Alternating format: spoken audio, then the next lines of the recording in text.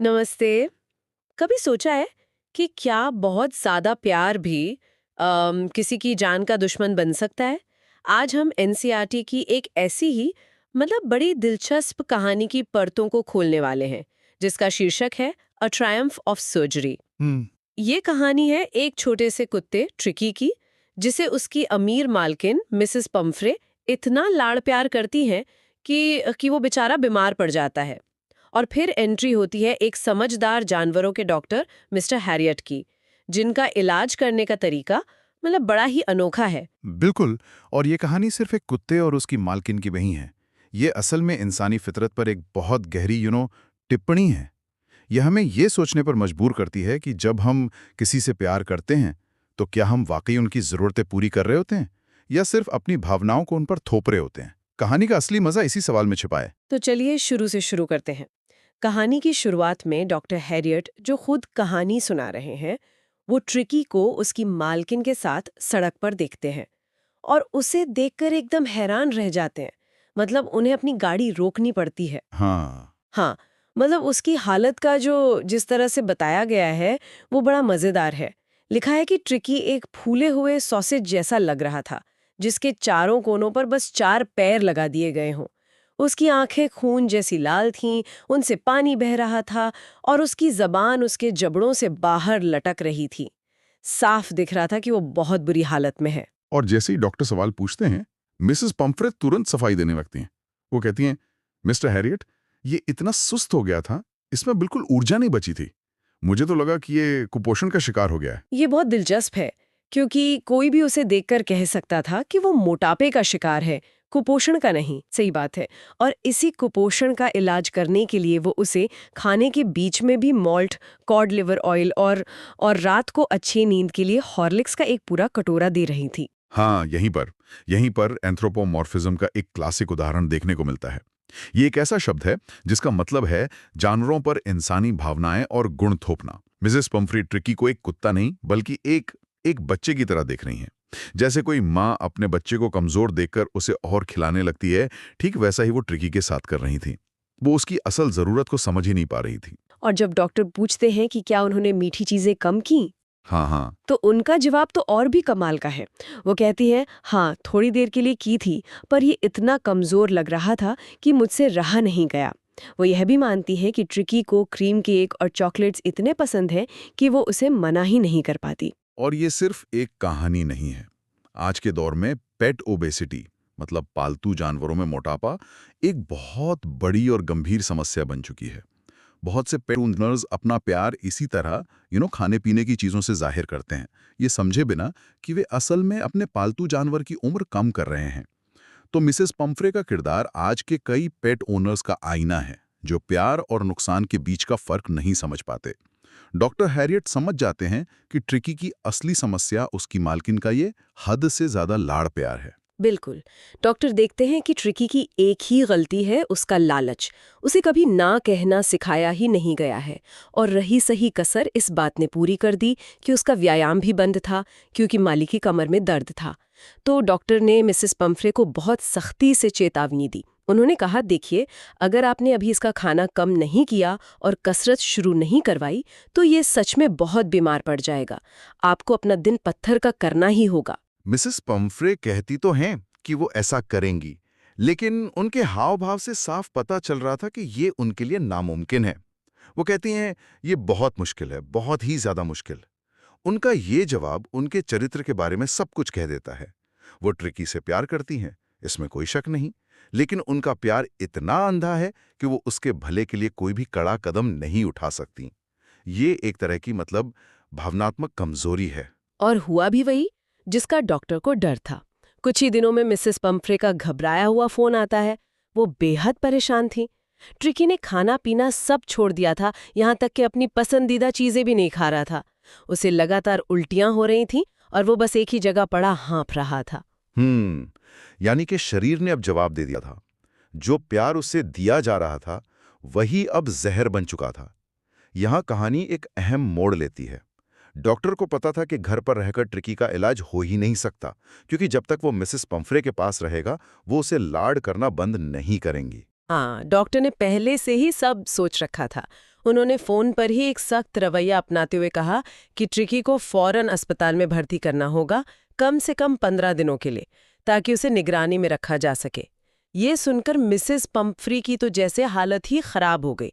वो लगभग बेहोश होने वाली थी। उन्हें यकीन था कि अगर ट्रिकी ने उन्हें रोज नहीं देखा तो वो तड़प तड़प कर मर जाएगा। फिर से वही बात, वो ट्रिकी के भावनाओं को इंसानी पैमाने पे तौल रही थी। उन्हें लग रहा था कि जैसे एक बच्चा अपनी माँ के बिना नहीं रह सकता, वैसे ही ट्रिकी उनके बिना नहीं रह पाएगा।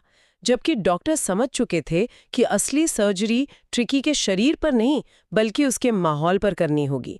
उसे उस प्यार भरे लेकिन जहरीले माहौल से बाहर निकालना ही एकमात्र इलाज था। तो डॉक्टर अपनी बात पर अड़े रहे।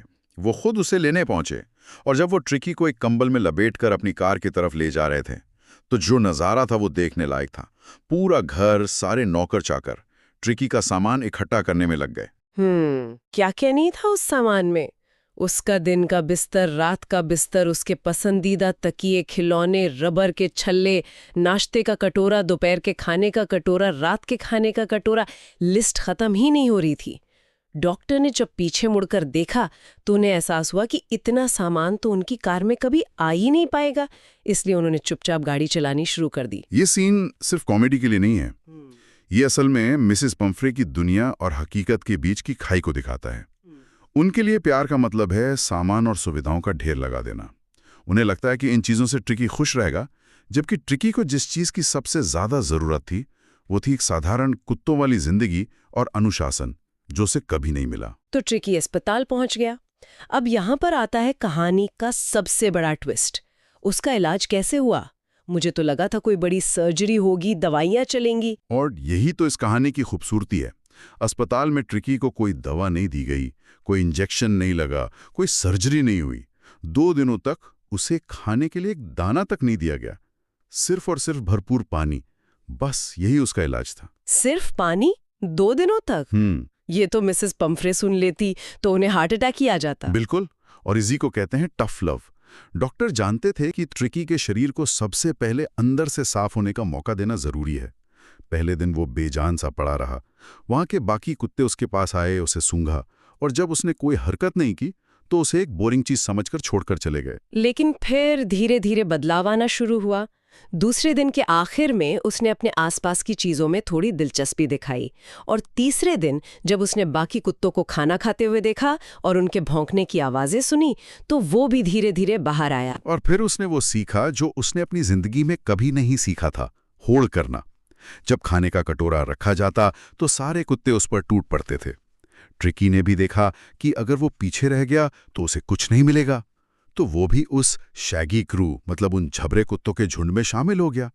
वो रेशमी सा छोटा सा जीव अपने हिस्से के लिए किसी बाघ की तरह लड़ने लगा।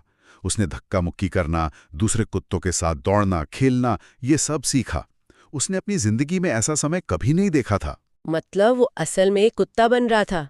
वो जिंदगी जी रहा था जिसके लिए वो बना था, न कि वो जिंदगी जो मिसेस पंफ्री ने उसके लिए बना दी थी। लेकिन इस सब के बीच मिसेस पंफ्री का क्या हाल था? अरे उनका तो बुरा हाल था। वो दिन में दर्जनों बार फोन करती थी। उनके सवाल भी बड़े अजीब होते थे। क्या उसके तकिए ठीक समय पर बदले जा रहे हैं? क्या उसे मौसम के हिसाब से सही कोट पहनाया जा रहा है? डॉक्टर इन सवालों को टाल देते थे। यहाँ कहानी एक और मजेदार मोड़ लेती है। डॉक्टर और उनका स्टाफ सुबह नाश्ते में उन अतिरिक्त अंडों का मजा लेने लगे। और ये यहीं नहीं रुका। इसके बाद वाइन की बोतलें आने लगी ताकि ट्रिकी का खून बढ़ सके। जी। और हद तो तब हो गई जब ट्रिकी के स्वास्थ्य को और बेहतर बनाने के लिए ब्रांडी की बोतलें भी आने लगी। मतलब डॉक्टर और उनके स्टाफ की तो पार्टी चल रही थी। दोपहर के खाने से पहले और खाने के साथ वाइन, और रात में आग के पास बैठकर ब्रांडी का आनंद। डॉक्टर मजाक में कहते भी हैं कि उन दिनों उन्हें लालच आ गया था कि काश ट्रिकी को एक स्थायी मेहमान के तौर पर हमेशा के लिए यहीं रख लिया जाए। ये बहुत ही मजेदार है। लेकिन क्या इसमें एक नैतिक सवाल नहीं उठता? एक तरह से डॉक्टर मिसेस पंफ्रे को धोखे में रख रहे थे, न सिर्फ इलाज के बारे में बल्कि इन सब चीजों के बारे में भी। बहुत अच्छा सवाल है। हम सतही तौर पर देखें तो ये धोखा लगता है, लेकिन अगर आप गहराई से सोचें तो डॉक्टर हैरियट ने जो किया वो ट्रिकी की जान बचाने के लिए जरूरी था। वो जानते थे कि अगर वो मिसेस पंफ्रे को सच बता देते कि आपका कुत्ता सिर्फ ज्यादा खाने से बीमार है और मैं उसे भूखा रख रहा हूं, तो वो शायद ट्रिकी को तुरंत वापस ले जाती। कभी कभी एक बड़े अच्छे के लिए एक छोटा झूठ या एक आधा सच जरूरी हो जाता है। उनकी प्राथमिकता ट्रिकी का जीवन थी, मिसेस पंफ्रे की भावनाओं को संतुष्ट करना नहीं। ये भी सही है। हम्म। खैर 15 दिन बीत गए। डॉक्टर ने मिसेस पंफ्रे को फोन किया कि ट्रिकी अब पूरी तरह ठीक है और वो उसे घर ले जा सकते हैं। और कुछ ही मिनटों में एक लंबी चमकती हुई काली कार अस्पताल के बाहर आके रुकी। जब डॉक्टर ट्रिकी को बाहर लेकर आए तो वो पूरी तरह बदल चुका था। सिर्फ 2 हफ्तों में वो एक लचीला, मजबूत मांसपेशियों वाला जानवर बन गया था। वो दूसरे कुत्तों के साथ दौड़ भाग रहा था और जैसे ही उसने अपनी मालकिन को देखा, वो डॉक्टर की गोद से उछला और सीधे मिसेस पंफ्रे की गोद में जा बैठा। वो खुशी से उनका चेहरा चाटने लगा। मिसेस पंफ्रे इस बदलाव को देखकर हैरान थीं। उनकी आंखों में आंसू थे और होंठ कांप रहे थे। उन्हें अपनी आंखों पर यकीन नहीं हो रहा था कि ये वही सुस्त, बीमार ट्रिकी है। और जाते जाते उन्होंने कार की खिड़की से बाहर झुककर डॉक्टर से जो कहा, वही इस कहानी का शीर्षक है। उन्होंने कहा, ओ मिस्टर हैरियट, मैं आपका धन्यवाद कैसे करूं? This is a Triumph of surgery. यानी ये तो सर्जरी की जीत है और यही कहानी का सबसे बड़ा व्यंग्य है। उन्हें आखिर तक यही लगता रहा कि ट्रिकी का कोई बहुत जटिल ऑपरेशन हुआ है, कोई मेडिकल चमत्कार हुआ है। वो ये कभी नहीं समझ पाएं कि असली सर्जरी तो ट्रिकी को उनके लाड़ प्यार से, उस आरामदायक लेकिन नुकसानदेह जिंदगी से काटकर अलग करने की थी। असली इलाज था अनुशासन और एक सामान्य जीवन। तो इस एनसीईआरटी की कहानी से जो सबसे बड़ी बात निकल कर आती है वो ये है कि कभी-कभी सबसे अच्छा समाधान सबसे सरल होता है। और किसी भी चीज की अति, चाहे वो प्यार और देखभाल ही क्यों न हो, बुरी होती है। बिल्कुल। ये कहानी हमें प्यार के सही मतलब पर सोचने को मजबूर करती है। क्या प्यार का मतलब हर इच्छा पूरी करना है, या प्यार का मतलब वो करना है जो सामने वाले के लिए सही हो, भले ही वो उस वक्त मुश्किल लगे। मिसेस पंफ्रे पहले वाले रास्ते पर थीं और डॉक्टर हैरियट दूसरे वाले पर। और ये सिर्फ पालतू जानवरों पर ही नहीं, बल्कि बच्चों की परवरिश और हमारे आपसी रिश्तों पर भी लागू होता है। अक्सर हम जिसे प्यार समझते हैं वो असल में सामने वाले को कमजोर बना रहा होता है। सही कहा। और एक आखिरी विचार जो मैं यहाँ छोड़ना चाहूंगा वो ये है कि कहानी में असली मरीज कौन था? ट्रिकी, जो शारीरिक रूप से बीमार था, या मिसेस पंफ्रे, जो भावनात्मक और मनोवैज्ञानिक रूप से अपने अकेलेपन को भरने के लिए एक जानवर का इस्तेमाल कर रही थीं? शायद असली सर्जरी की जरूरत मिसेस पंफ्रे की सोच को थी। ये सवाल इस कहानी को और भी गहरा बना देता है। वाह, ये सोचने वाली बात है। तो अ ट्रायम्फ ऑफ सर्जरी सिर्फ एक कुत्ते के ठीक होने की कहानी नहीं, बल्कि प्यार, समझदारी और इंसानी फितरत की एक शानदार कहानी है। बिल्कुल। सुनने के लिए धन्यवाद। जल्द ही फिर मिलेंगे।